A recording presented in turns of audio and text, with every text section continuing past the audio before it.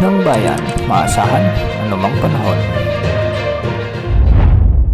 Magandang araw po sa ating lahat. Ngayon ay araw ng Huwebes, araw ng Kalayaan, June 12, 2025. Sa kasalukuyan ay patuloy nating minomonitor ang bagyo sa labas ng ating area of responsibility at sa kasalukuyan ay wala naman itong epekto sa anumang bahagi ng ating bansa.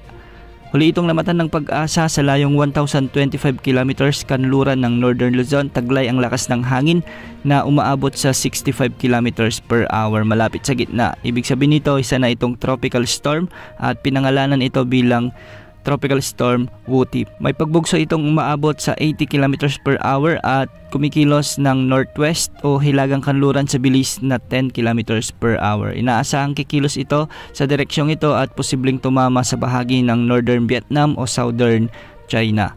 Samantala, may panibagong LPA tayong minomonitor sa silangan naman ng Calayan, Cagayan. Huli itong namatan ng Pag-asa sa layong 235 kilometers silangan ng Calayan, Cagayan.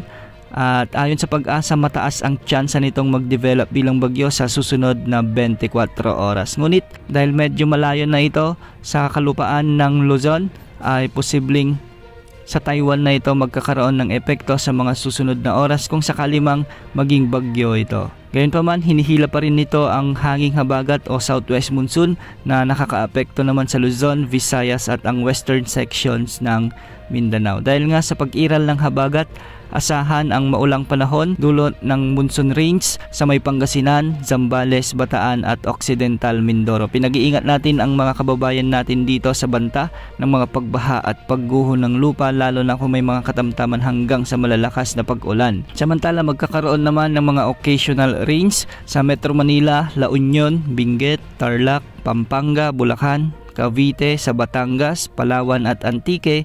Dulot pa rin ng habagat kaya hindi rin inaalis ang banta ng mga flash floods at landslides, lalo na kung may mga katamtaman hanggang sa malalakas ding pagbuhos ng ulan. Samantala, dahil nga sa low pressure area, asahan din ang maulap na kalangitan na may mga kalat-kalat na pagulan at thunderstorms sa may Batanes kasama na ang mainland Cagayan. Posible rin ang banta ng mga pagbaha at pagguho ng lupa, lalo na kung may mga katamtaman hanggang sa malalakas ding pag-ulan. At para naman sa nalalabing bahagi ng Luzon at Visayas, sa may Zamboanga Peninsula, Dinagat Islands at Surigao del Norte, magiging maulap din ang mga papawirin na may mga kalat-kalat na pagulan at thunderstorms sa mga lugar na ito. Dulot pa rin ng habagat at hindi rin inaalis ang banta ng mga pagbaha at pagguho ng lupa, lalo na kung may mga katamtaman at malalakas na pag-ulan. Para naman sa nalalabing bahagi ng Mindanao, localized thunderstorms naman ang magdadala ng bahagyang maulap hanggang sa maulap na kalangitan na may mga isolated rain showers and thunderstorms. Posible pa rin ang banta ng flash floods at landslides,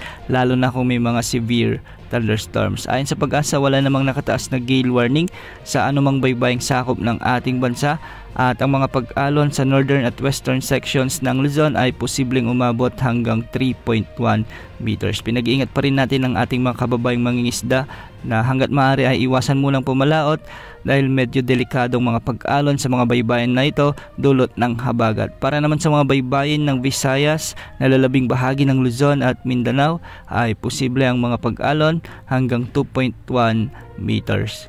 Sa kasalukuyan, wala pa rin tayong minomonitor na panibagong bantang LPA o bagyo sa labas ng ating area of responsibility na posibleng makaapekto sa ating kapuluan sa susunod na 3 hanggang 5 araw. Maliban na lamang sa pinomonitor nating LPA sa hilagang silangan ng Luzon. Ngayong araw may mga inaasahang pagulan dulot ng habagat at LPA at naka yellow rainfall warning ang Cagayan, Pangasinan, Zambales, Bataan at Occidental Mindoro. Ibig sabihin nito, ang mga lugar na ito ay posibleng makaranas ng mula 50 hanggang 100 mm na pag-ulan, kaya posible ang banta ng mga pagbaha at pagguho ng lupa sa mga lugar na nabanggit. Yan ang update sa lagay ng panahon. Ito po ang weather update ng bayan, maasahan anumang panahon.